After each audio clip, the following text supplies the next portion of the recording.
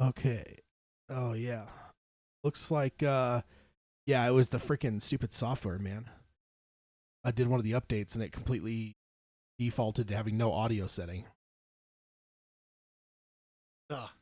Interesting. Yeah, sorry guys that we're in here live. No wonder no one has been sticking around for too long.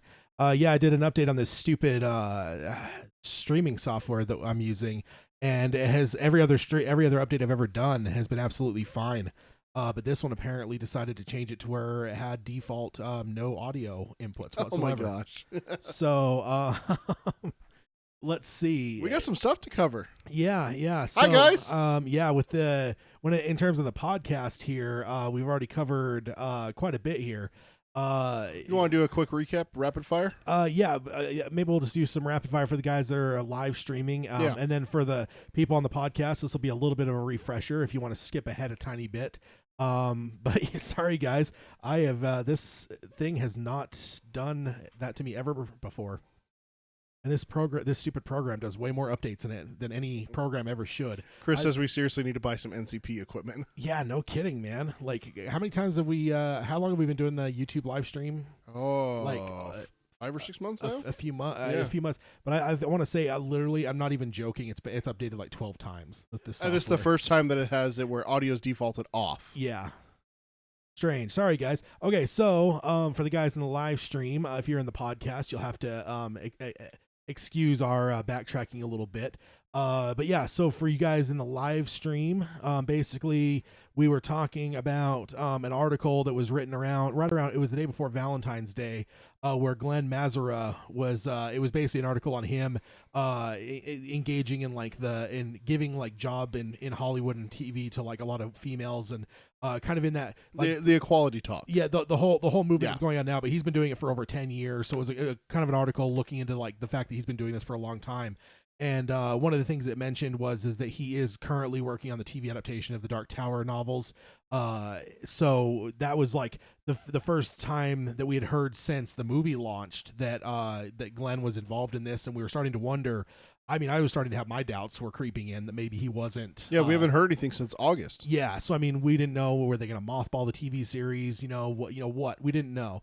And then also, I can also hop back to show. I pulled up his Twitter, and you guys will be able to see this here as soon as this.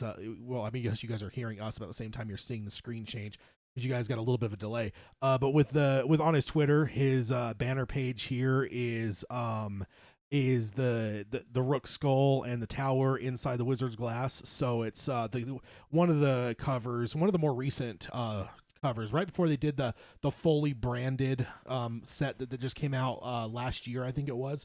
This is one of the primary covers for the second or for the fourth book. It's what's on my copy. Yeah. So he basically has that as his banner page on Twitter. And not only that, at the very bottom, where he has his like his description. I mean, people sometimes say in there like, "Oh, I'm a writer," or "I'm president," or Yeah. "I'm whatever it might be." There's all kinds of people with different things depending on who they are. And the very first one's hashtag the Dark Tower TV.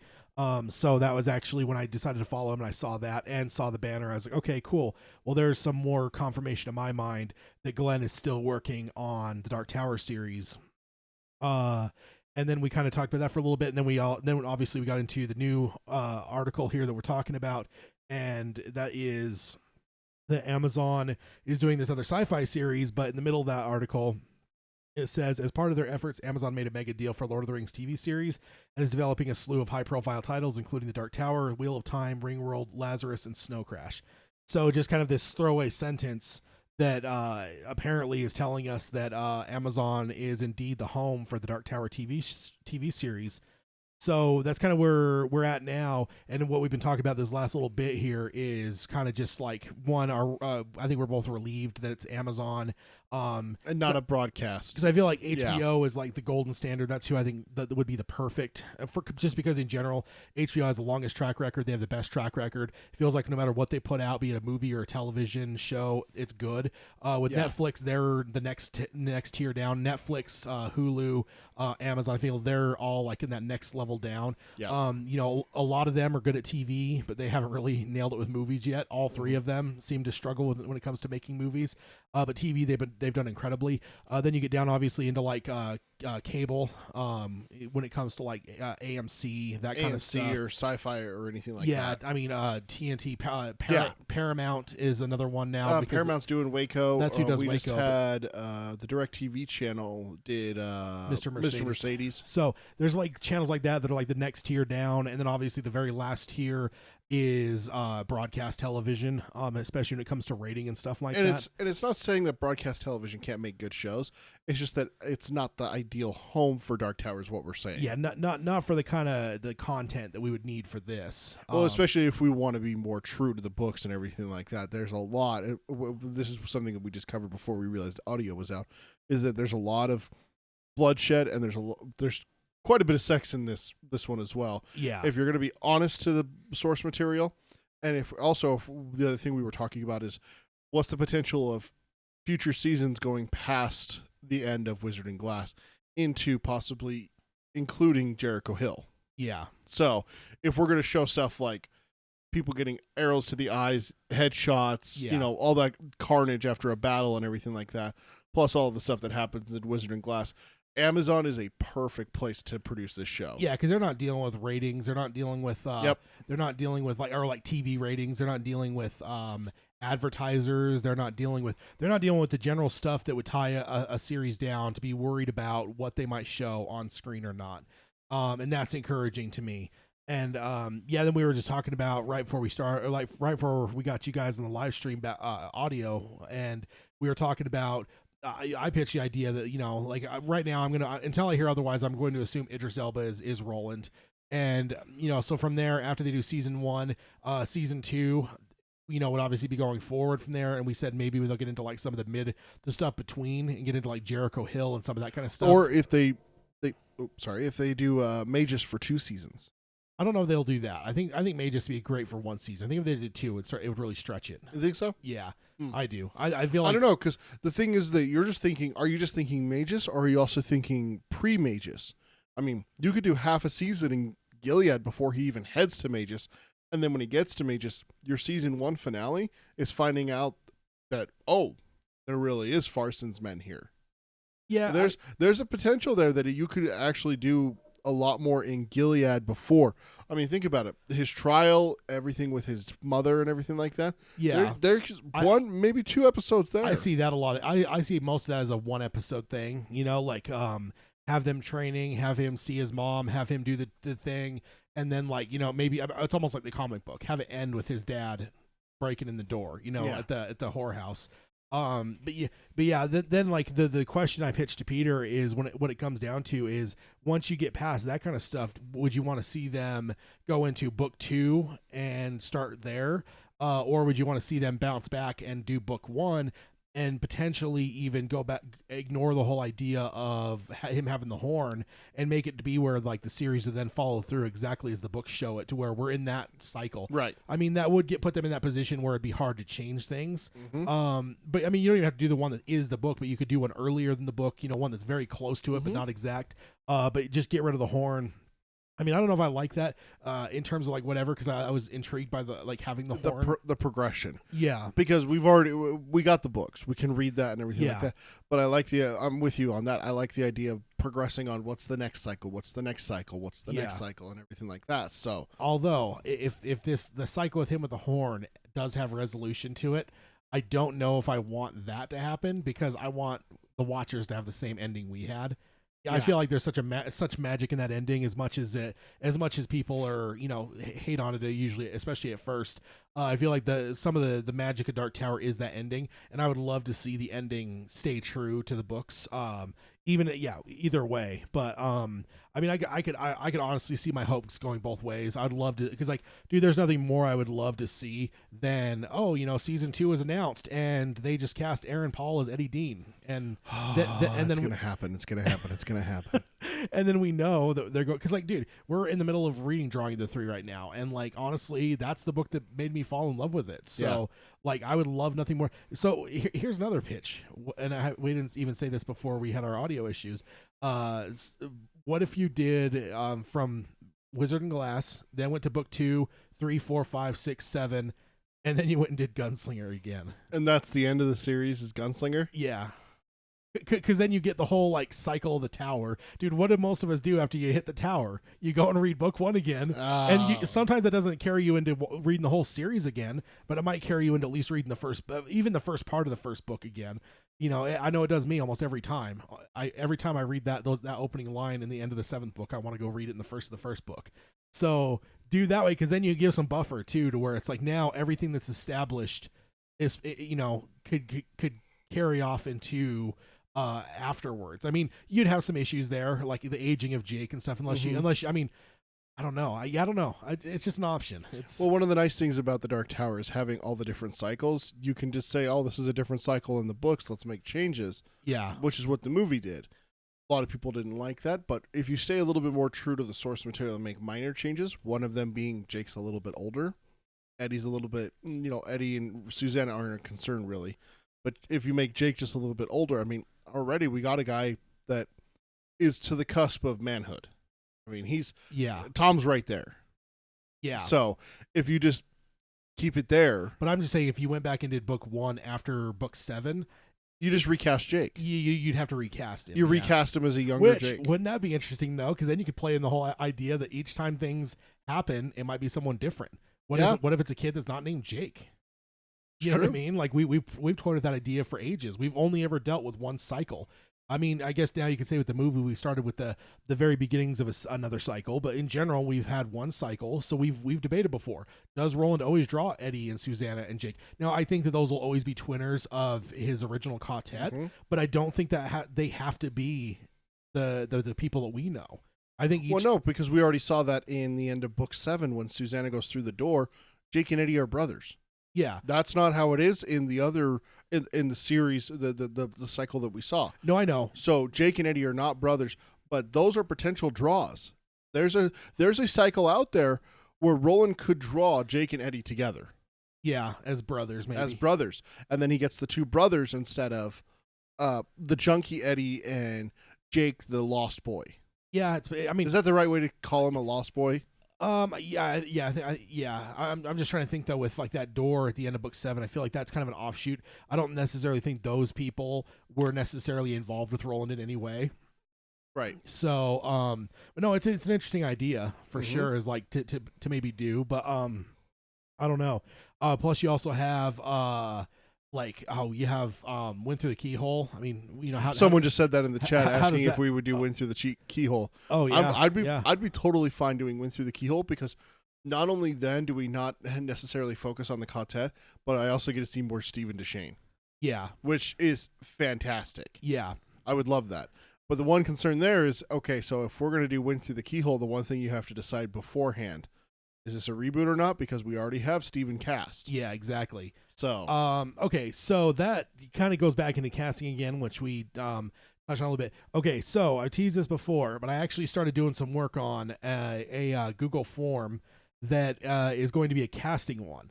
So be looking for that, because I'll probably work on it a little bit after we do the podcast. But it's going to be for book 4, so it's going to be primarily centered on I'm gonna have old Roland in there primarily just to kind of get into the realm of like see where everyone stands. Do they want to see Idris Elba continue on as Roland after the fact, and or how does that affect their young Roland casting? But then it's gonna be young Roland, and everything else though it's all people from book 4, a little bit from book 1 in terms of like hacks or whatever. But I'm gonna make this form. Then I'm going to shoot it out on our social media, and I want everyone to fill it out. So it's going to be one you're not going to have to like be signed into anything. I'm going to make it to where it doesn't draw email addresses from people, but I will have one of the first questions be, who are you? You know, so like, you know, if it's Chris from Australia filling it out, fill out, you know, put Chris from Australia in that, because Chris from N World. Because then when I have it, because we talked about doing a Dreamcasting episode, and this will probably be a little bit down the way, especially with your surgery. That's something else that we didn't cover in our fast recap for everyone that's in the live chat. Ted's having surgery next Friday. Yeah, and we've talked about it before, but it's official. It's happening. Yeah, and that's kind of why we're doing a roundtable instead of a book club that we kind of talked about on social media as a book club. My time hasn't been open enough to do the requisite work to do a book club. So, But yeah, no. So what we'll do is we'll do a dream. I'll send that out on social media. Everyone can fill it out. You're not going to be required to fill everyone out. So if you only have some visions of some actors for some roles, then great. Just fill those out and send them in. But then what we'll do is when we do our Dreamcast episode, we can have I'll have like the spreadsheet that form feeds into, and I'll be able to go, as we're talking about Roland, I'll be able to go down the list and read everyone Roland and go, oh well, Chris from Australia said this and Peter said this, and you'll be here, but like, I plan on filling it out too, to where it's like, me and you fill it out and then like have our things on there, talk through it, and then see what everyone does, and we'll get some screenshots of people and stuff, and kind of go through that way. I feel like that'd be kind of a cool way to have a group conversation the best way. If you haven't finished the form yet, make sure to leave a little spot where they can add notes. Yeah, totally. So if someone says, oh, I really like Michael B. Jordan for this part, here's the reason why I really liked him in Black Panther. Yeah. Or something like that. Yeah, and I'm probably just going to do it to where it's like long answers, to where you could just type in who you want, and then beyond that you could do your notes too as well. Yeah, so I'm going to do that. So keep your eyes opened and peeled on our social media, because I'm going to send that out. And I'm probably going to spam it a few different times, because I want to make sure everyone sees it and everyone has a chance to do it. And chances are, on the other side of my surgery, we'll do a book club, and maybe even there I'll mention it, even though, I mean, it's not spoiler territory, but we'll be just saying like, hey, make sure to fill out the spreadsheet. Find it on Twitter, Facebook, or whatever. Or their form. Yeah, form. And then what we'll do is from there we can start planning out when we want to do that episode, the casting episode, and have plenty of. I feel like it'd be fun to Dreamcast the miniseries. We did a Dreamcasting for the movie back in the day, and I thought it was fun personally. That's something also that I want to notate. There is your choice of words right there. This article says TV series. You just said miniseries. There's a little bit of a distinction there between the two. I mean, you can have a miniseries that has multiple seasons and whatnot. We've seen that before. Yeah. It's not very common, though. No, it's true. But them distinguishing it as a TV series makes me think that they are going to go potentially back to Wizard and Glass, see how it goes. Yeah. And if it does well, and it's made and the fans respond and everything like that, we very well could see Dark Tower 7 seasons, 8 seasons, 10 seasons on Amazon. I mean, that's what Amazon wants. Amazon, like the reason they said they wanted Game of Thrones is because look at Game of Thrones. Like they've had 8 years of television. It's made HBO one of the biggest names in. I mean, they're already kind of a big name in television, so it's not like they went from 0 to 100. But it's put them made them bigger. It's put them on the map. I mean, their whole like subscribing to their app and stuff. That's 100% contingent on Game of Thrones. Every time Game of Thrones comes on, it spikes. It spikes. Yeah. So like it's been a huge thing, and then like so you're 8 years in, but now they're talking about having multiple different shows in the works that take on different realms of that that universe. So it's like that's the kind of stuff that they're looking for. So like honestly, if this does well, it will be a TV series, and we'll see multiple seasons, and we might end up seeing an abandonment of the big screen, and this might be the way that we see Roland get to the tower, and exactly, Can Conneray might be seen at home streaming on Amazon. And you know what? I love that it's Amazon because they drop all their stuff at the same time. Yeah, no weekly crap. Stupid Hulu, man. They drive me crazy with that kind of stuff. I mean, I love it. I do. I love TV, but now that will kind of screw us though as podcasters. Because, having that week would be nice to, be able to do podcast about an episode and stuff. Because now, if it drop a whole season at once, that'll be really interesting about, doing one episode. I think what we would have to do is we'd have to look at how many episodes are in a season. Yeah. Say 10. Go the Game of Thrones route here. Or there's a lot of stuff that's doing 10 episodes right now, isn't there? 8 to 10, right around there. Somewhere in there, I think. Stranger Things really opened people up to like the 8-episode thing. Yeah.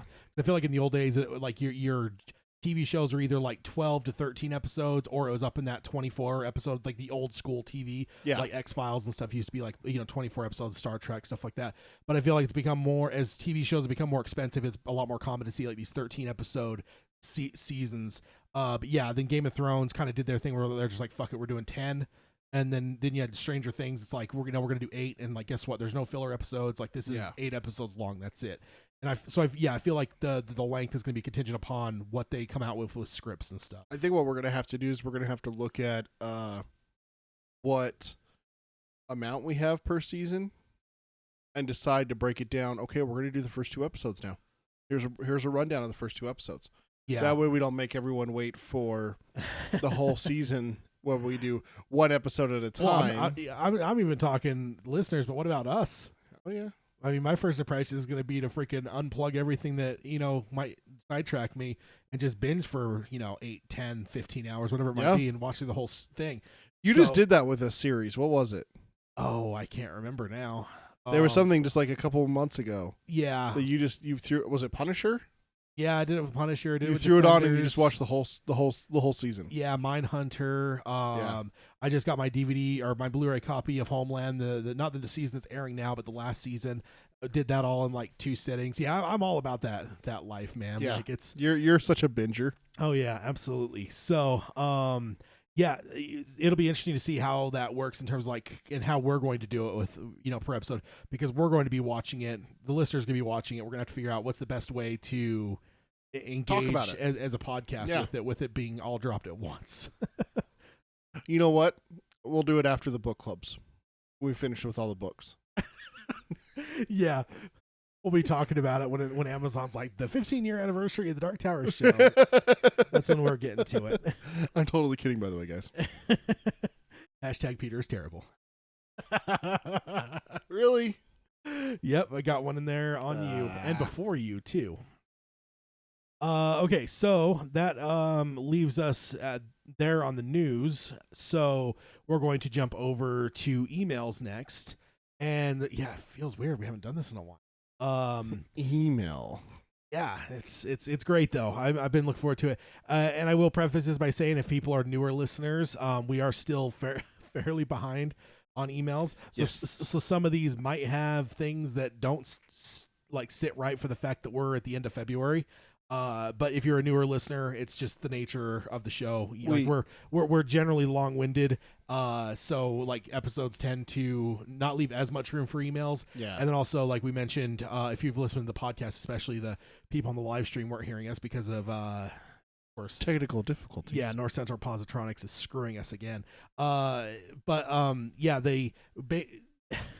Basically, with all with the way our programming's gone recently, between the great episode with Chris, and then we had our movie commentary, and then we had the comic book episode, and then we've been doing a lot of book clubs. It's put us in a spot where, man, I don't know. Have we even done emails this year? No. No, we haven't. Yeah, okay. I didn't think we had. It doesn't sound right. So I think we had a couple round tables where we were like, oh yeah, we'll get to a couple emails, and then it just didn't happen. Yeah, indeed. And there is, I think I might have something here. Let me check the old... Oh, you're going to play it, aren't you?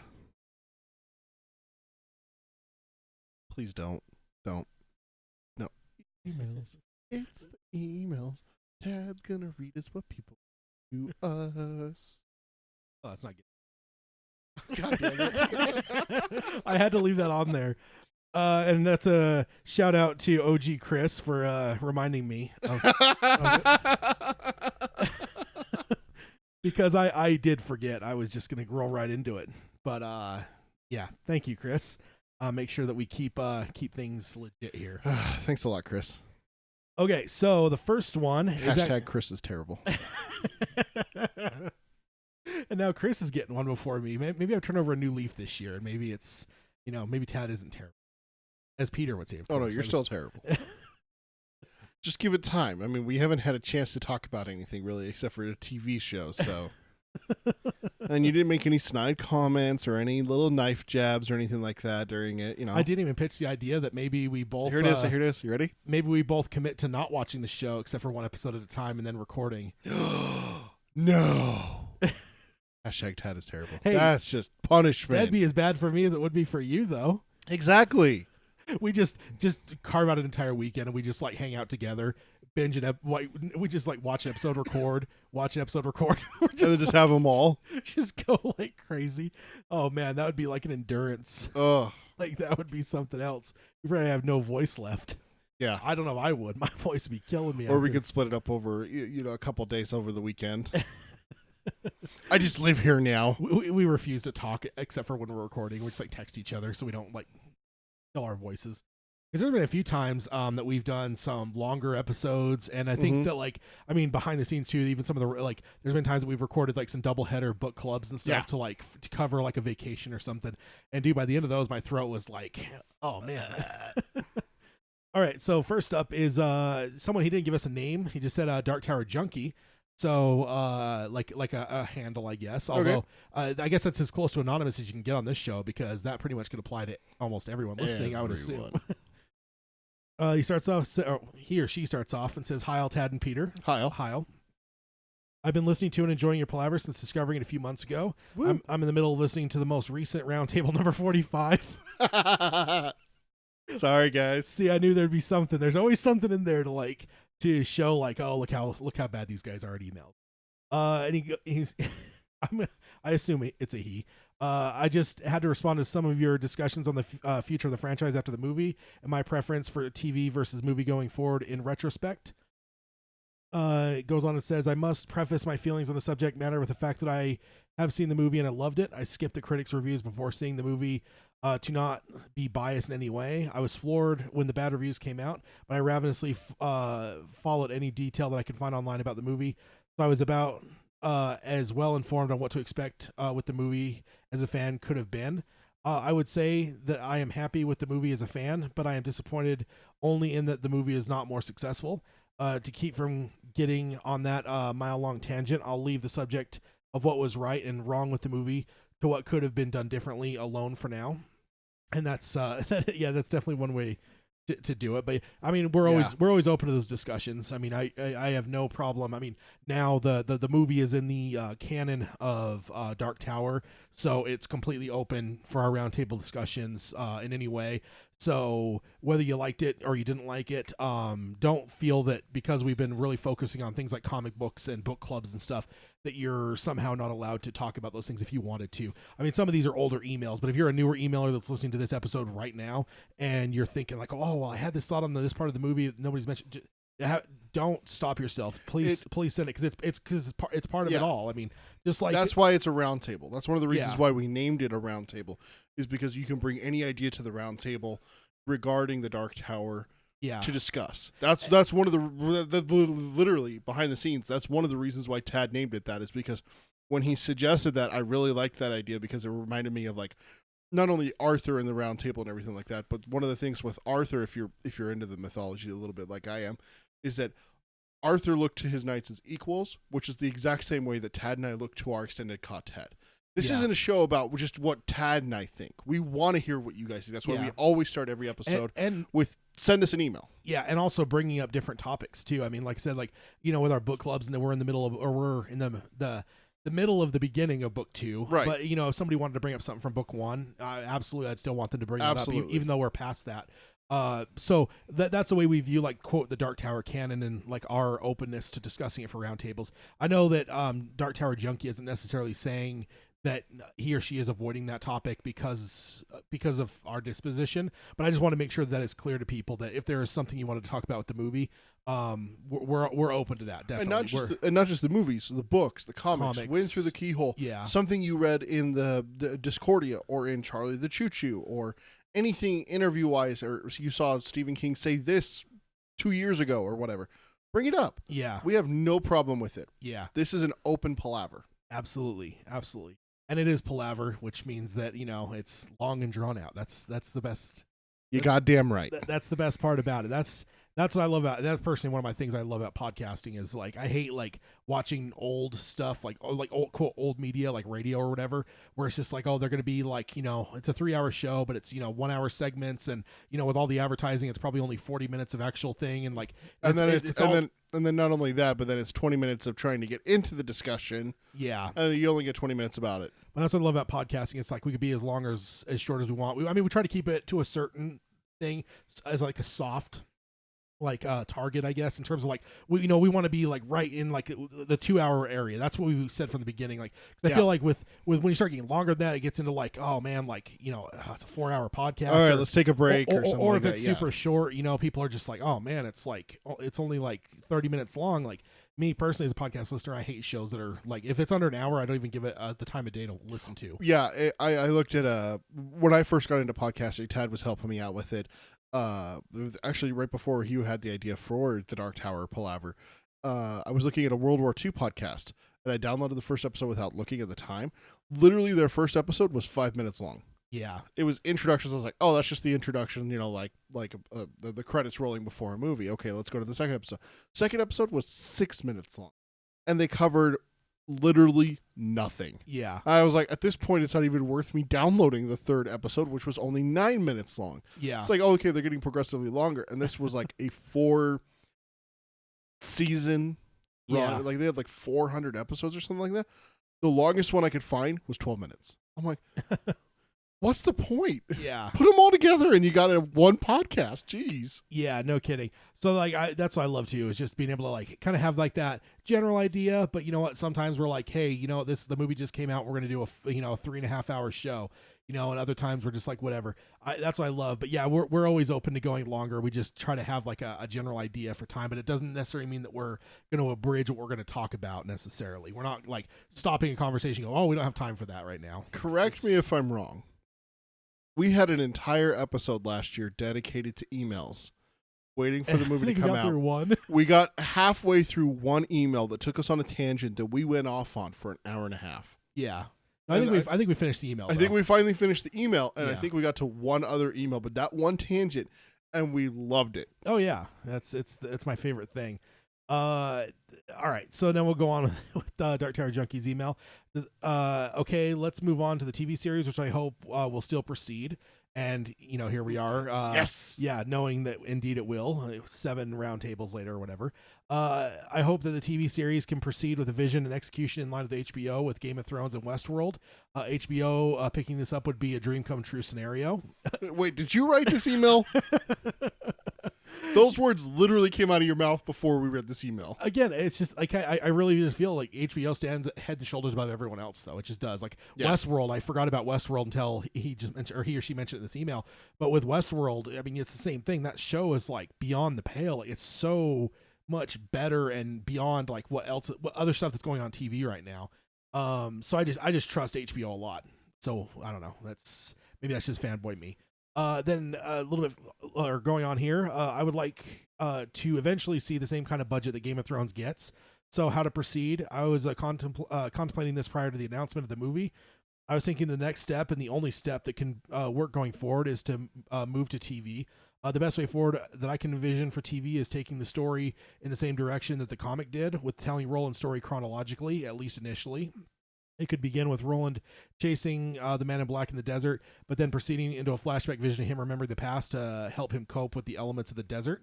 And yeah, I think that and that's the other reason that when it comes to that spreadsheet, that's the reason that or the form. Sorry, I do those things. I use those two tools at work too, and I use them interchangeably the same way. But with that, that's the other reason I did, give the option for people to quote cast old Roland as well as young Roland. Yeah, is because like ultimately, the way we know the story is him telling the story to someone. So even if you had him like narrating and or telling it, or maybe you just had like some framing things of him like hunting or building a fire or something, like whatever. I mean, you could do whatever you want, but like I feel like there is a place potentially for quote older Roland to show up in the first season of the show. Yeah. Okay, so then next up, he or she goes on and says, start with the Gunslinger Born, which covers the flashback portion of Roland and Gilead and earning his guns, then proceed to the events of Magus, and then he or she gives us the pronunciation guide to that. I'm not sure. Have we mispronounced that? I don't think we have. Which one? Magus. I don't think so. Okay. The one that we've had discussions about before is Cuthbert. Yeah, they just gave it a pronunciation guide, so I don't know. Either way, I mean, it's definitely appreciated. It always makes me get self-conscious, though, when they're like, oh, somebody sent a pronunciation guide. What did we say wrong this time? Going on here, then for a second season, there's a wonderful opportunity to cover the events in the Long Road Home and the Fall of Gilead edition in the comics that were only hinted at in the books. There would be a huge opportunity there to dive deeper into the TV series, into aspects of the story that were only hinted at in the books. Then in the subsequent seasons of the TV series, we can pick up, start with the quote live events in the Gunslinger with the iconic first line, and cover the remaining events of the books. From there, I would say drawing the 3 should also be covered on the TV series. And yeah, I think that, I mean, this sounds like almost not much of a stretch now. When the email was written, it was a different, obviously different. But yeah, no, absolutely that. I mean, and it's funny, we just had this discussion just now ourselves. So yeah, I think that would be a good way to go and I would love, man, how cool would it be for Dark Tower fans to see Stephen King work alongside these the showrunners to write the Jericho Hill book, The Fall of Jericho Hill, and have it come out in conjunction with season 2 of the show. Wouldn't that just be like? I don't know how we would cope with ourselves. I think we would just be like gog. I mean, we just stick it in my veins. Yeah, exactly. I love the Barney Gumble. I love that. But also, like, because we haven't dealt with a new book for our podcast here. No, we have not. I mean, we've only had, me and you as friends only have Wind Through the Keyhole that really came out while we were big fans. I mean, that came out new and stuff. But like, the last couple books came out, we were just becoming friends, and You were just starting the series. I had not started the series. I was a couple years after the last books came out. Yeah, so like the book 8 is the only time that me and you, even as friends, have I guess processed like a new Dark Tower book. So it'll be interesting with like a new book as it sounds like we have a confirmation from Steven's own mouth. Not only me and you, but also with the show. It'll be interesting to see how to engage with that. But I feel like it's going to be one of those things where it's like throw everything else overboard for a while and let's talk about the new book. Right? It'll be just like the movie. Yeah. We're waiting for the movie last year. Yeah. That's how we would be for the book. Oh, yeah. Yeah.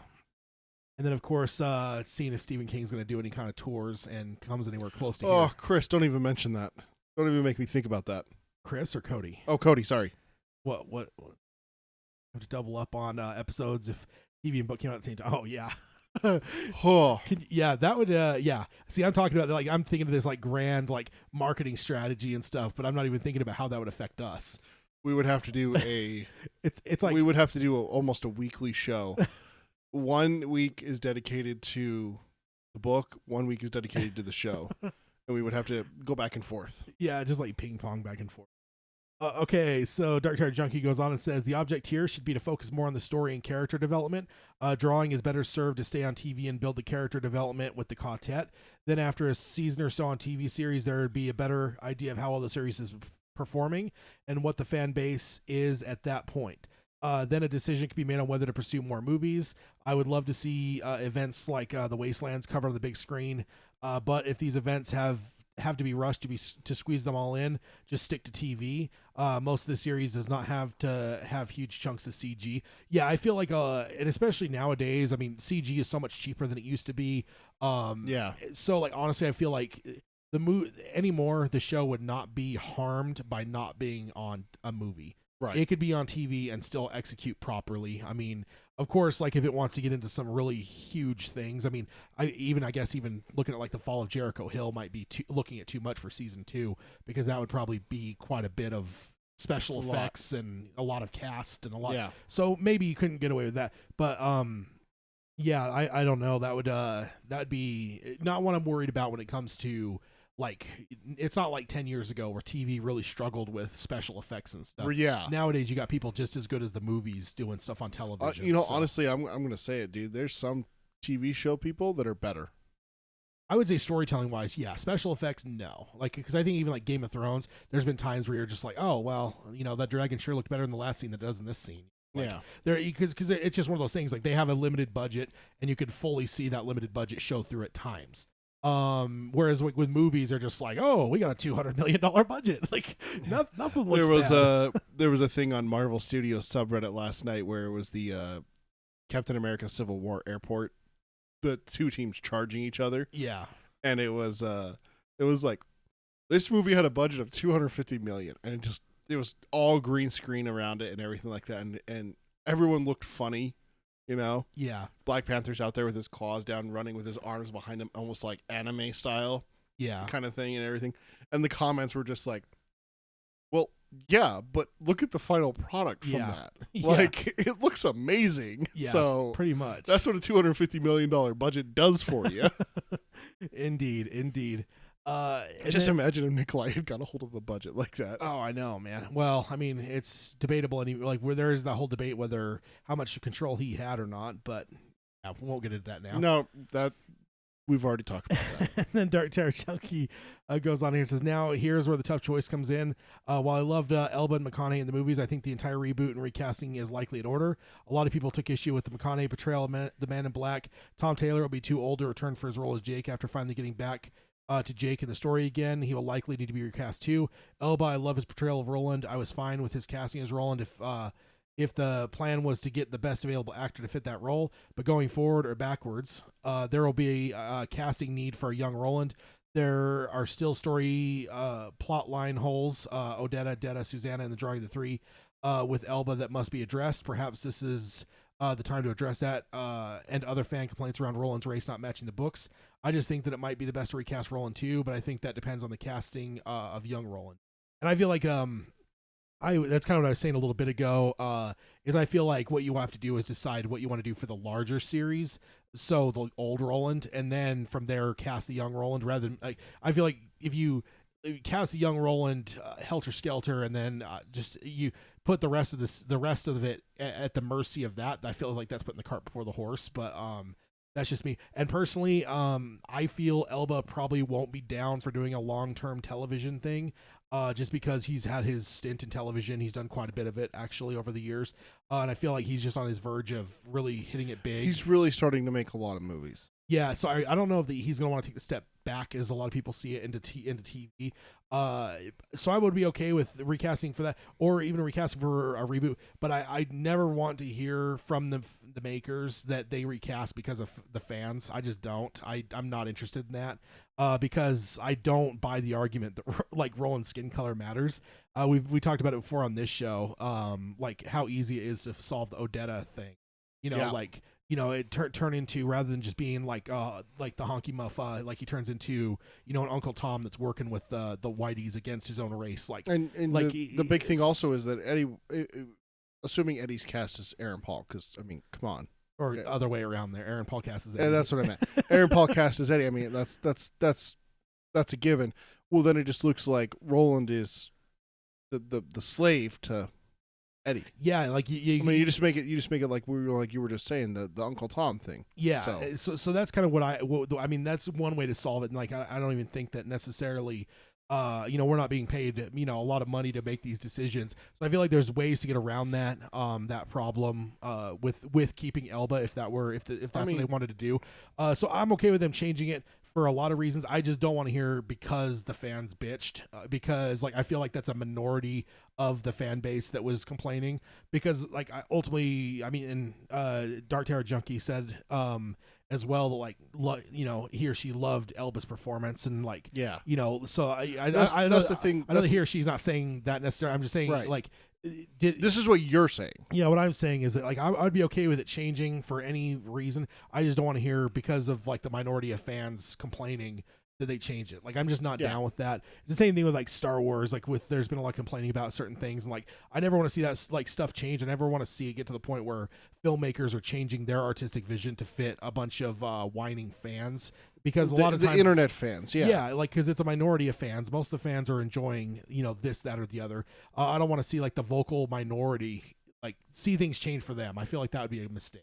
So, well, yeah. The big thing also is that if you look at places like even like Reddit or Facebook or something like that, the controversial comments are always going to be on top. Yeah, the person who says, "Oh, well, this was garbage," is going to be the one that makes the headlines and everything like that. I mean, we see that every day now. Yeah. And it just makes me think that back to when we were doing our movie review, can you remember anyone saying they didn't like Idris's performance? No, I think that it was pretty well universal that they liked his. It was either good or, I mean, there was quite a few people that thought it was fantastic. Yeah. Myself included. I mean, there's people that complained about Matthew McConaughey, but I don't remember anything with I never remember Idris. anyone with Idris. And that's the thing, is that if we're going to judge him solely off of what he was given and what he performed and everything like that, he was fantastic. He was. In my opinion, he was fantastic. Yeah. So for the fans that come in, or these critics also, that's the other thing also, is these critics that I'm sorry, their opinion is worthless to me. Yeah. Some of the stuff that I've seen reviews. I mean, I saw a review for Spider-Man: Homecoming saying that Tom Holland was garbage. I just, I left the article. Like, I can't stand these people that are just trying to. What was it? The phrase that you were used when we were talking about the movie last year, where it seems like the critics are solely going towards the negative because it sells more. Yeah. You know, it's yeah. like the newscasting in like the mid '90s If it to bleeds, the it leads. if it bleeds, it leads. That's the phrase. It's similar to that. It seems like with movie critics now, it's like there has to be that outspoken, oh, this is why it was bad. Yeah. On a good movie. I mean, granted, The Dark Tower got a lot more bad than good. Yeah. It felt like, and then, but at the same time, you also pointed out, is there anyone that's just piling on? Yeah. Is there anyone that's like, you know what? All these other guys said it was bad. I better say it's bad. Otherwise, I look weird. Yeah, it's an echo chamber. Exactly. Because I could totally understand like Dark Tower getting like in the 50 percentile range on Rotten Tomato, but to get down to like the 19% range, like that's complete horse shit. There's like that movie is not that bad. Like, and that's I feel like that's an objective statement. The fact that I enjoyed the movie aside, I feel like objectively nobody could watch that and say that this is a like. I mean, like I don't know. There's some. Well, the other thing on top of that also is like everyone could say that we're biased. Me and you are biased, but you had your friend, our mutual friend, go and see it. Yeah, and he liked it. My wife went and saw it. She's read a chapter of the first book. Yeah. And she was livid. She could not understand how there was such hatred for this movie. Yeah. From the critics. She's like, I'll understand it if it doesn't match the books. And she told me this on the ride home. She's like, I'll understand if it doesn't match the books and everything like that. True fans are always going to have a problem when it's an adaptation or anything like that. And she's like, but these critics, like, they don't know anything about the Dark Tower. And then I showed her that one critic who said that they couldn't even finish the books and then went to go review the movie. Yeah. It's like, well, you're not going to be unbiased. Like, it's a fair thing. But I think that we can all universally agree Idris's performance was really good. Yeah. Okay. Yeah, I think so. And heck, I'll even throw it out there as even if you had to recast him, hell, if Michael B. Jordan was down to do a TV role, cast him as Roland. Too old. No, he's not. Too old. No, not for young Roland, for old Roland. Oh, for old Roland. Oh, yeah. Hell yeah. Oh yeah, if we're doing Jericho Hill where he's like, like 19 in his 20s or something like that, make it a few years after the Magus and the fall of Gilead's happening and everything like that. Absolutely.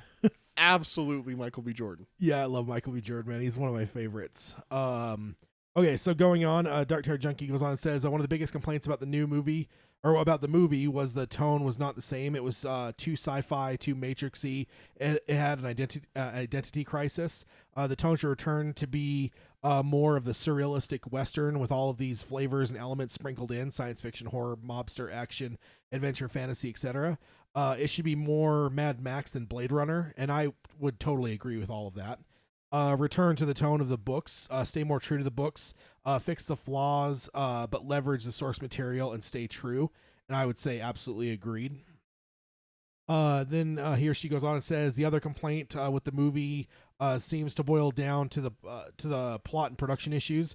New writers are needed too. It's probably best just to do a clean sweep, starting with writer, director, and actors all the way down. And I think that when it comes to director and writers, that'll absolutely be the case. Yeah. TV in general is going to have a writer's room, whereas like Hollywood, like one writer does a script and then sometimes it get passed to another writer to redo revisions, and it kind of goes through this like pantheon there. Whereas like with a writer's room, it's going to be like a group of people together that like, okay, here's the idea. Yeah, they break the overall story, and then they each of them like grab like an episode, and then they go write an episode, and then it all comes. You know what I mean? Like that's how. Well, then also they come back together and they say, okay, this is going to start in my episode, but Tad, in episode 5, you're going to have to tie this up. Yeah, exactly. They have a team that works on that. Yeah, that's the way TV generally works. And directors, you're generally going to have multiple directors. I mean, even something like Mindhunter that was really advertising the idea of David Fincher doing television, which is intriguing. But I think he only directed 4 of those episodes. So in general, you're going to have multiple directors because a lot of times you're filming, like while someone might be doing post-production on their episode and working with the editor, you have to have somebody else shooting the next episode. Like it's just the way it works. TV is not this singular thing. It's like kind of like more of like a multi-headed beast that works with TV. Mhm. So so I would definitely expect us to definitely see some new writers, directors, for sure. Then it goes on and says, I am grateful for the job that Arcel and others did to finally bring the Dark Tower to the big screen. I just think that if anyone from the previous regime remains, that the critics will automatically jump on it again and attempt to revive this series from the ashes of a bad movie that is destined to be another failed attempt.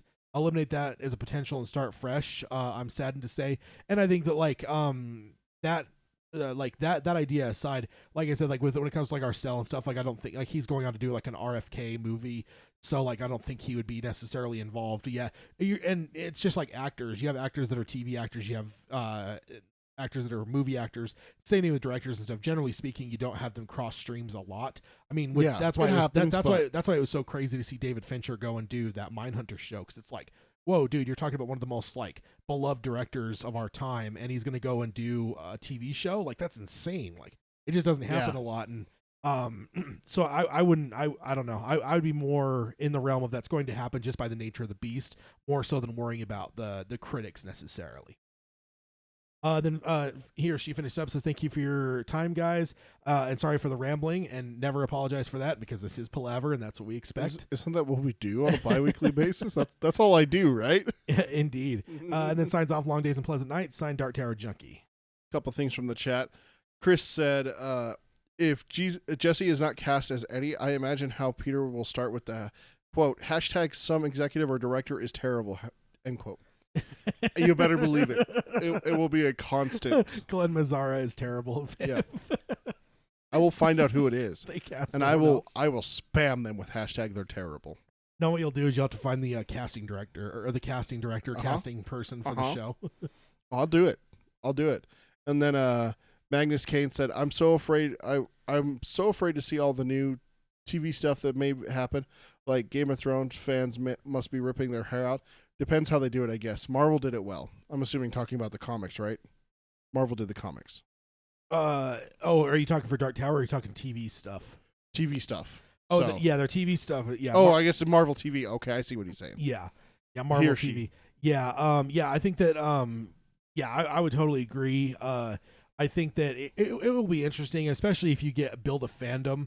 It's going to be really interesting for the Dark Tower fans that exist now to have this influx of fans. Like, just say it turns into something that's even a fraction of what Game of Thrones is. Yeah, I mean, we talked about it with the movie coming out. And we've had fans come to us saying, "Hey, I'm starting reading the books. I saw the movie, and totally." And everything. So it would be really interesting to see this take off. Not even to the level of Game of Thrones, half the level of Game of Thrones, seeing it take off that much.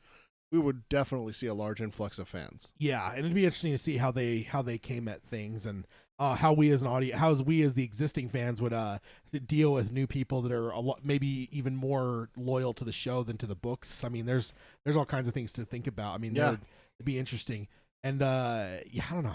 I'd still love to see it though. Either way, it's gonna be fun. Indeed. So next up is Daryl from Minneapolis, and Daryl has emailed quite a bit, and which is awesome. Thank you, Daryl. Mm-hmm. And he starts off, "Heil Gunslingers." Heil. Quick note: I just watched Gerald's Game on Netflix. Good movie. Yes. Yeah, I haven't watched it yet. Maybe I'll do that tonight. Or, you should. You absolutely should. Dude, I'm so behind on a lot. Like, I don't know. Even some shows I generally follow, I'm behind on. Like, I don't know. I'm having a tough time keeping up with things right now. And he says they drop an all things serve the beam line in it. I started clapping, then got really strange look from my wife. Anyway, it's worth checking out. I thought they did a good job with it. Long days and pleasant nights. Signed Daryl from Minneapolis. I assume you know what he's referring to there. I wasn't going to say anything about it. I wanted you to see it for yourself. But I mean, there's so the show is a lot of psychological, a lot of inside her head, her talking to herself and everything like that. There is one point, I can't remember exactly what point it is, but there's a character that's all things serve the beam, and it's like, oh yes. It's like in it to a lesser extent. It's like, oh, it's a turtle when they're in the water. Yeah, it's like, oh, it's a turtle. It's like, I see what you did there. I see what you're doing.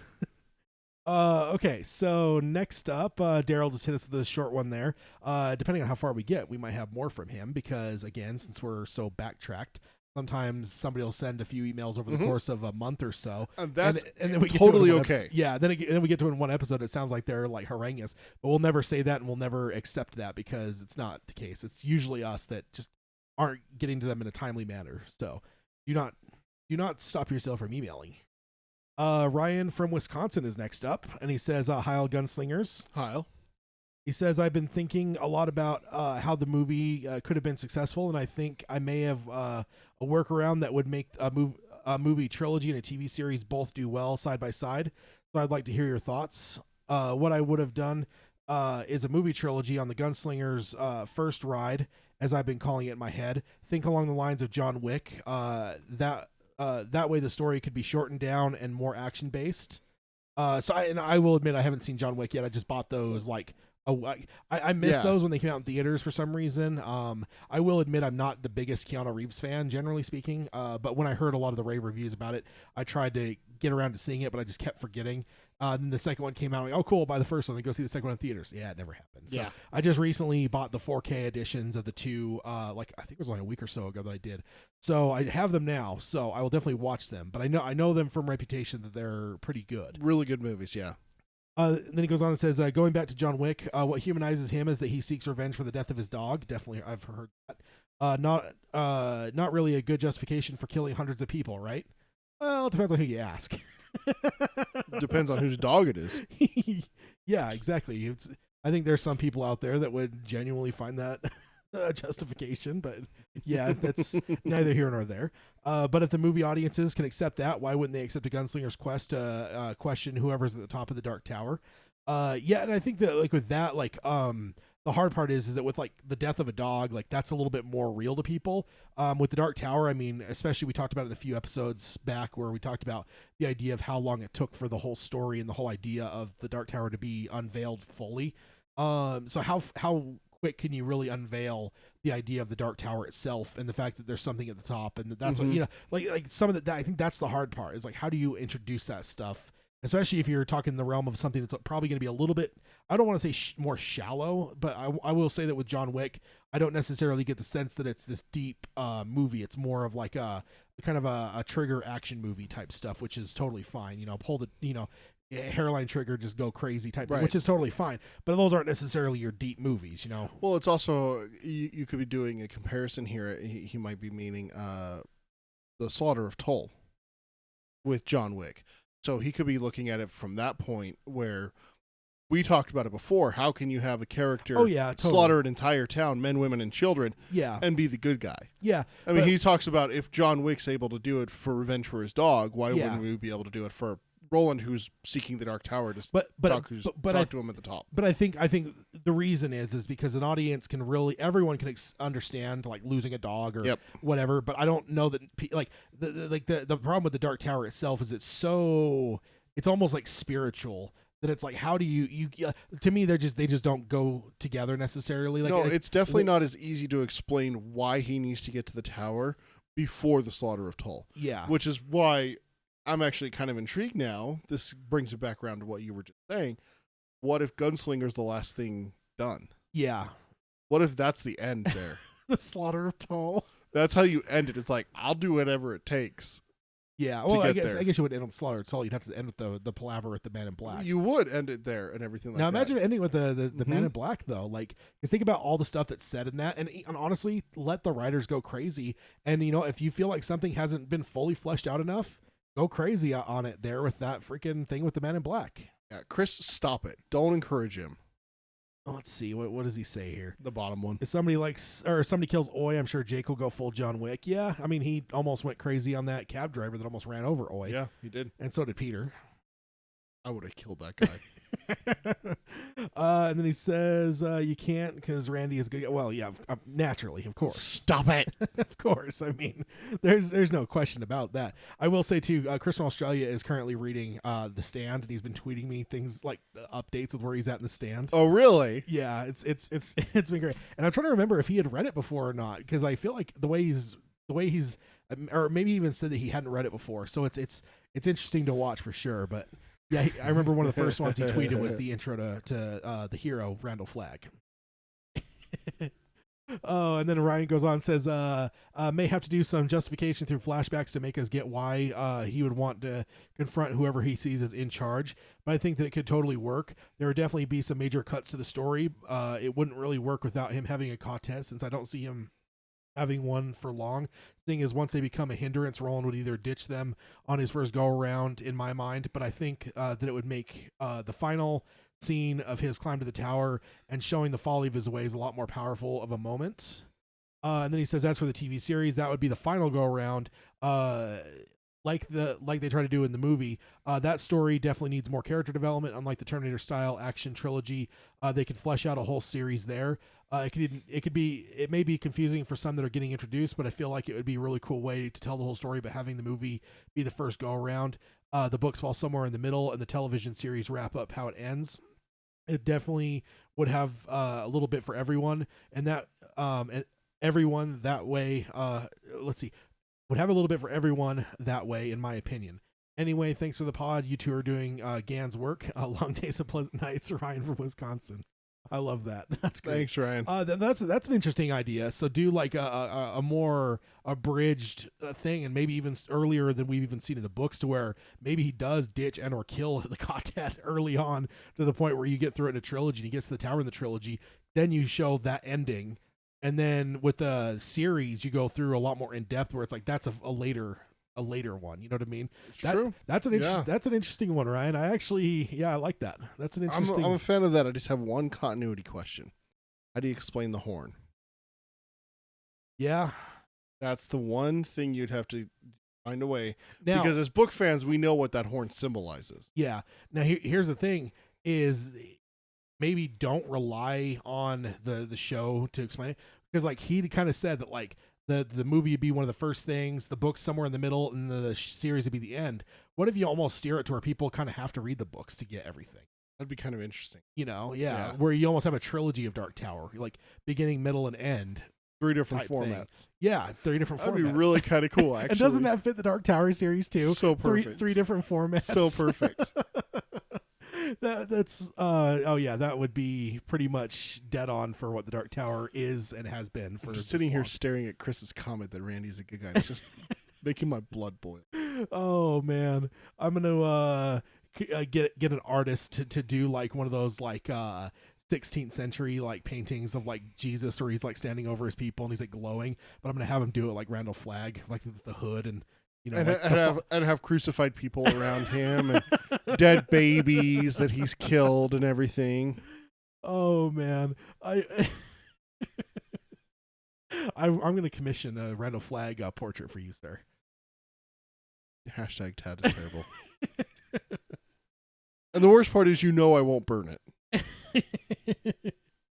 Yeah, because you're a good guy. So that's a good thing about you good guys, is you always you're so predictable. You won't do what needs to be done. If I get you a Randall Flagg portrait, you would, you may put it away and not hang it up, but who was it that in the last couple episodes, one of the last times we did emails, somebody emailed and said that they were reading the book, and one of the animations of Flagg came up, and his little daughter was like, "Good guy" or something like that. I don't remember. Yeah, I'm forgetting the name. I'm sorry. That's it's like I said, it's been a while since we've done emails now, so and my memory is terrible. I can't tell you what I had for breakfast yesterday. So. Yeah. Okay, next up is Aaron from DC, and he starts off, Heil, Tad, and Peter. Heil. So I need some time to think about it, but I thought I would share my thoughts on the movie. So that's awesome. I can't remember when this was sent, but we're not going to judge, because even if he sent it late, we're reading it even later. He says, let's jump into it. So I wasn't a huge fan of the movie. Idris Elba's portrayal of Roland was just about the only thing I liked in the movie. Back to what I was saying. He was great, and I wish they had given him a better script to work with. I like Matthew McConaughey and a lot of other stuff, but I felt his portrayal of the Man in Black was far too campy, and it didn't help anything. That was almost 100% dialogue, was nonstop mixed message exposition. You definitely wouldn't be the first person to mention either of those things necessarily when it comes to like script issues and like loving Idris, but even wishing that he had more to deal with. But yeah, so that's not necessarily new. I'm not necessarily putting down what you're saying here. I'm just saying that, yeah, it's definitely something that we've heard before in terms of what different people have said.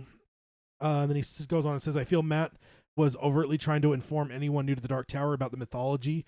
The film decided to keep and simultaneously informing any fans of the Tower about the changes the movie was making at an awkward start and stop breakneck speed. Yeah, and I the one that really got me is the whole was it when was it when Flag was looking through the glass and he's starts talking about his guns being made from the sword of Arthur Eld, or Wasn't it during the fight of the village? Yeah, others village? would call it King Arthur. I was just like, yeah, that wasn't so good. No. that was kind of stilted. You know what would have been really? You know what? I just thought of something. You know what would have been really, really good is if Flag hasn't been keeping tabs on Roland. He's lost track of him for thousands of years, and then when Jake finds him and they're tracking Jake, they come across, oh my gosh, he's traveling with a gunslinger, and everyone around Flag is like, what's a gunslinger? Because it's been so long since we've seen a gunslinger that he's just been out there, trying to find a trail, right? And then Flag's like, well, listen, this is what I've had to put up with. This is the kind of fucker we're dealing with. Yeah. And that's where he gives a little bit of backstory about how badass this guy really is. Yeah. And that would be a perfect spot for a shot of him going through a book or something like that, talking about the sword being melted down into making iron for the guns of the gunslingers and everything like that. Wouldn't that have been really cool? But I honestly do. I have not been able to figure out a way that they could have got the whole Arthur Eld sword Excalibur into the movie without feeling stilted. It just feels like it's always forced. Because like honestly, and even what you're saying, I feel like it'd be even just easier where it's just like, okay, well, we're gonna send 100 Taheen into this village where he's at. And Flag's all right, fine, and it won't be enough. Like just something like that. Exactly. Just in a single line. Yeah. Then the audience understands what he understands. So it's a way of like selling Roland's badassness without necessarily having to go okay, so here's a way that you have the Arthur exchange, making it really cool. You have that fight where Flag's like, it's not going to be enough, but go ahead. I mean, go ahead, do it. I mean, if you think your guys can do it, and then the team have their pride, like, oh, well, yes, of course we can take him out. And they go in and they just get massacred. Yeah. So instead of having it be told men, women, and children, you have it Taheen coming in and starting to slaughter the people of Tol, and Roland comes to their defense. Yeah. And everything. And he just massacres all of the Taheen. And then afterwards, what you have is you either have the people of Tol celebrate, he's a descendant of the Eld, guns are made from King Arthur's sword itself, or you have Jake with him at the time. And the next night, Jake's at the campfire, just kind of like, holy shit, like, in complete awe of this guy. And then he finally is like, who are you? Like, really, like, what are you? Yeah. And then Roland gives him some backstory. And you can even have it to where it's like, like they say Arthur Eld and Jake doesn't get it. And maybe he asks someone later and they kind of even start giving him some basics of the character. Yeah, exactly. Yeah. And he's like, oh, that's King Arthur. Like I feel like there's ways to do it that weren't but I mean, again, it goes into the whole thing we talked about since like early on. Like, man, if they would have just had like another half hour for the movie. Exactly. That's all I'm saying, man. And then he goes on and says, my biggest issue was with Jake. I see Tom Taylor is a talented young actor, and his rapport with Idris was great. Despite this due to the way that Tom portrayed the character and the way Tom was used in the plot, I was never able to see him as Jake. This is an issue for me, not because the movie decided to give a brand new spin on Jake in terms of a role, plot, character regarding his place in the Dark Tower universe, but because the specific character Tom Taylor played, I feel, was already a cemented, established role in the expanded Dark Tower Stephen King universe, and that character wasn't Jake Chambers. I'm trying to think if he gets into I feel like there are some other people that did also think that like maybe he felt almost more like Danny from The Shining more than Jake in terms of the way the movie portrayed it, especially with like the shine and everything like that. The touch, the way they portrayed it. Yeah. So I'm not sure if that's what he's alluding to there, but yeah, that just popped into my head. Aren't they making a Dr. Sleep movie? Yeah. I totally forgot about that. Yeah. Oh, yeah. I mean, I don't even know if we even mentioned on the show here, but yeah, I think you texted me about that and told me. Yeah. I completely forgot about that. I'm still perplexed about that because the whole book is contingent in a lot of ways on not the Kubrick movie not being the right way. Obviously, like the book, it's a sequel to the book, not of the Kubrick movie. Right. So if they're making a movie now. I don't know how they're going to do that without. I don't know. Without another movie that like shows The Shining as it should be in terms of story. I mean, I know Kubrick's is great; it's a classic, it's one of the greatest horror movies of all time, but it doesn't necessarily follow the story of the books, which is what Doctor Sleep takes off from. So it'll be interesting to see. Let's see. And then he goes on and says, the next part is tricky. I have thought hard on how to tell this to you and your extended content. I hate spoilers, so I'm not going to tell you the character's name. This is so that if when you or any of your listeners who haven't read about this character yet come across the name, you won't have any expectations about this character or the plot of the book. Okay, so he gets into it. He just doesn't necessarily give us a name. And I don't think that it's Danny, actually. But for the sake of what I want to say about Tom Taylor in the Dark Tower movie, I need to refer to this character. So for you and all your listeners who I can safely assume have read all the Dark Tower series proper, I'll give you a small touchstone that happens much later in the character's plot, and I think should not spoil anything so that I can reference the character. And I think to go along with him, I think we generally try to avoid other book spoilers. So yeah, we'll kind of go along with you and not necessarily call out the name. But for the sake of honesty, warning, very small micro spoilers ahead regarding the very small part of the entire Stephen King universe. In the books, when Flag confronts Mordred, if you all remember, Flag is wearing a metal hat for protection. It turns out that this is not this hat's first appearance in the works of Stephen King. At one point in time, this hat was on the head of a young boy. I'm going to call this character Boy in the Hat. In my opinion, Tom Taylor played an amazing Boy in the Hat. If that movie decided that rather than Jake joining Roland on his cycle, if the Boy in the Hat joined Roland on the path of the rat, I would be 100% okay with it. So basically just that he's okay with what was in the movie, but not so far insofar as you're on the path that we're on for the series. Does that make sense, I guess? Yeah. Okay. Like, yeah. So like if it was just like an alternate version, a complete alternate thing of it, he'd be more okay with it.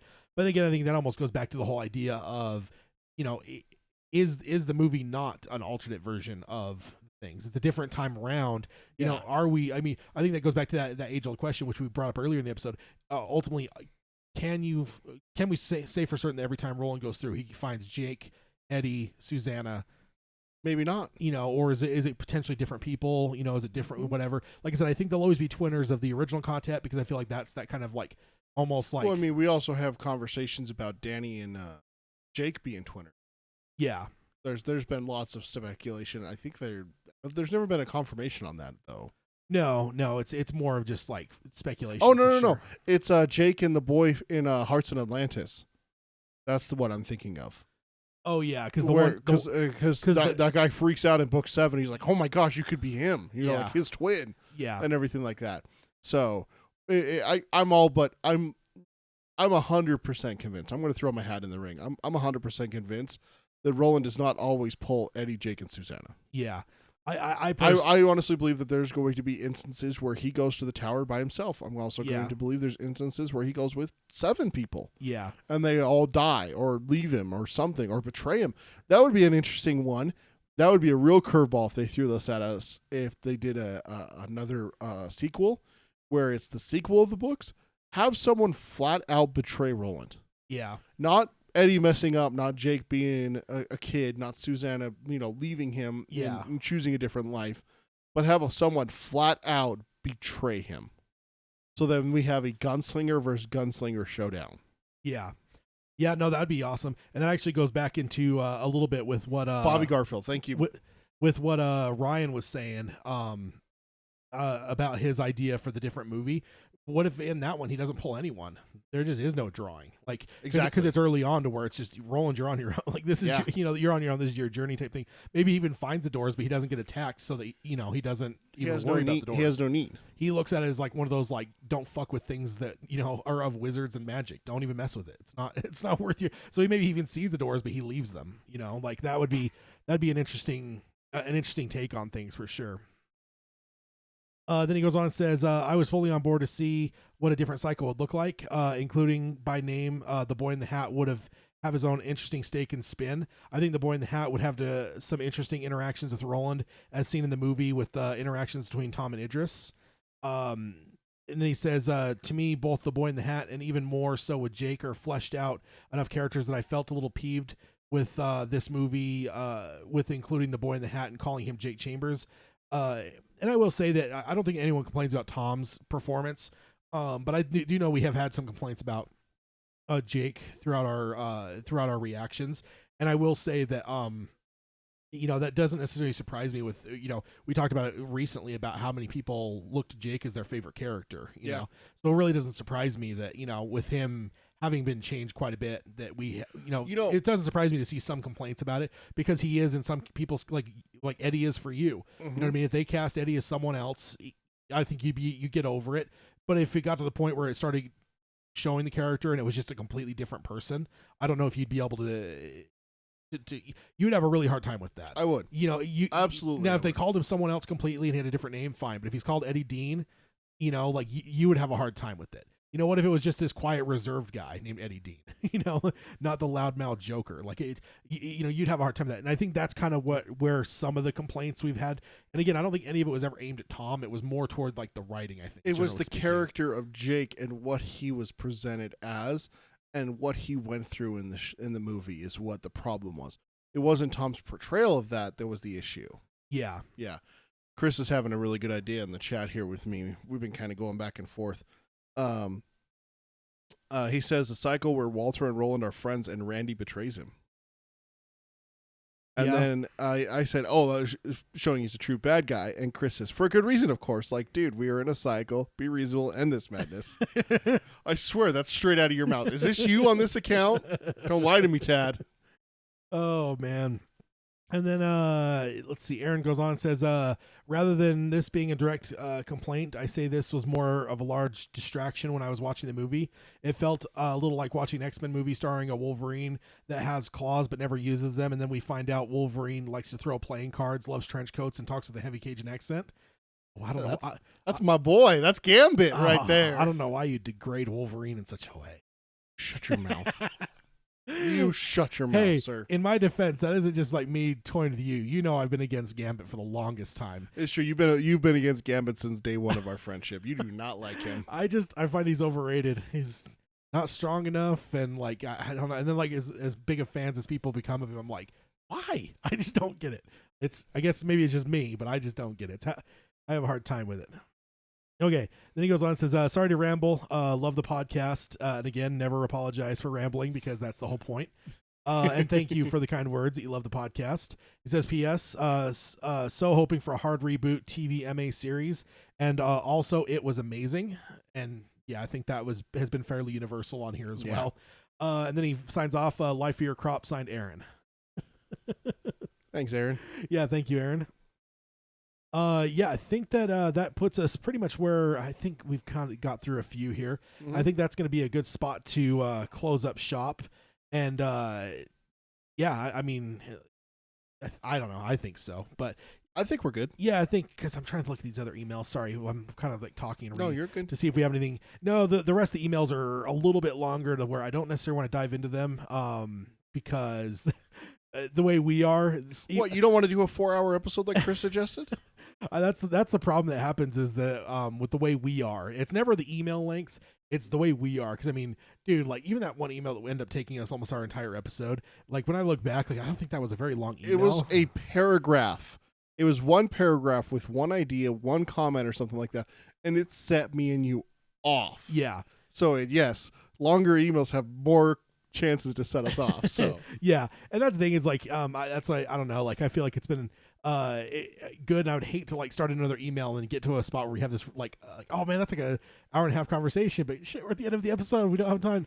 So yeah, we'll just sign off there. And let's see, so it's just kind of in recap, we have the TV series pretty much all full steam ahead. It's gonna be on Amazon. Yeah, sounds like it's gonna be on Amazon. Can we say that's confirmed yet?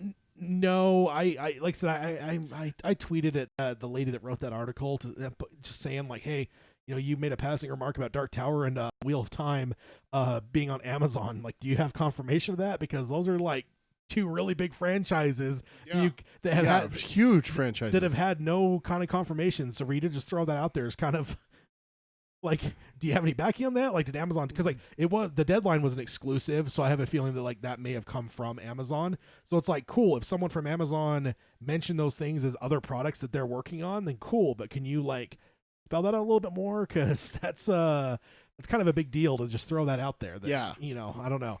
I know, but I mean, some of those other ones too. I mean, I don't know about Ringworld Lazarus or Snow Crash, but I know Dark Tower and Wheel of Time are. I mean, Wheel of Time, people have been waiting for the movie for that for decades. Yeah. So, and we can now say at least a decade that we've been waiting for It's Dark true. Tower adaptations. So, Just about a decade and a half almost. yeah, indeed.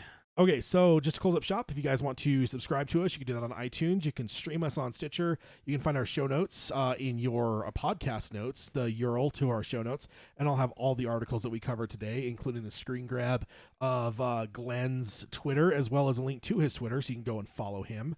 Definitely recommend you doing that. He does have a lot of followers, but it would be cool if everyone that was Dark Tower fans showed him some love on Twitter. I don't know. I just feel like it's one of those things. Put your best foot forward as a fan base. Don't let the negative people define things. So shoot him some love about Dark Tower. I think it'd be pretty awesome. And also, if you want to join us in the palaver, Peter can tell you how to do that. Best way to reach us is through email. It's darktowerpalaver@gmail.com. You can also find us on Facebook. We're at facebook.com/darktowerpalaver. And also give us a follow on the Twitter. This is mainly where Tad is Twitter. It's at DarkTowerPod. That's at DarkTowerPod. Check out our live shows on youtube.com/DarkTowerPalaver. You can also see a library of our old shows for roundtables. And we're still looking into doing book clubs live. Yeah. Potentially. Yeah. Going forward. We haven't got into that yet. Yeah, what we're probably going to do with book clubs is record them live, but they won't be posted on YouTube long term.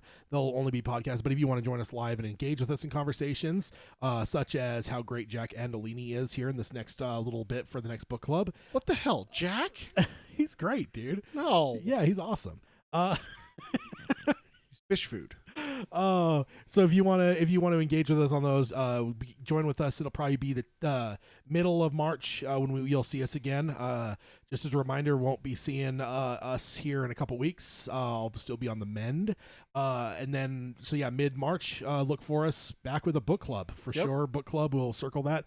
This one we're probably gonna do a book club, but just didn't work out. So look for Eddie Dean and Jack Andolini next time, about mid-March for our next episode. And we will keep you guys updated that everything goes okay with Tad's surgery next. Don't worry about that. Yep, indeed. All right, guys. So until next time, long days and pleasant nights. Long days and pleasant nights, folks. All right, guys in the chat, thank you for joining us. Okay, sorry about that kerfuffle on the audio. Like literally, I have never. Like I've literally updated with those guys like a dozen times with this software, and then for some reason it completely errored my thing over to, instead of having the mic that's been plugged in, it never gets unplugged from my computer, set as my default, it set my thing to nothing. So that's joyous. Next time, what we got to start remembering to do is ask people if they can hear us when we start.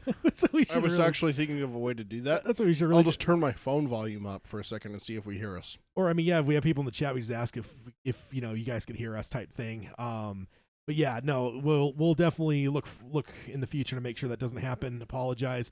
On my end, it looked like everything was fine. Nothing was like muted. Nothing, like everything looked green on my end. So yeah, it was kind of annoying. So sorry about that, guys. But thanks for joining us in the chat. Sorry about the not having more of a heads up, but next time we will. So mid-March, join us for book club. Somebody also tweeted us about letting them know exactly where we're at and potentially how far we might go so that people know what to read. I could definitely give you where we're going to start off from in terms of how far we're going to go. That's always up in the air. It kind of depends on the conversation, but we'll kind of I will definitely send that stuff out on social media so you guys can join us on a book club live here on YouTube. So thank you guys for joining us. Chris, thanks for representing Randall Flagg for me. I don't have as much chance to chat with doing everything else here with the slides and everything else, but yeah, thank you for representing our boy Randall Flagg in the chat, making sure Peter is kept accountable for his hatred of an innocent man. Bye, guys. See you guys.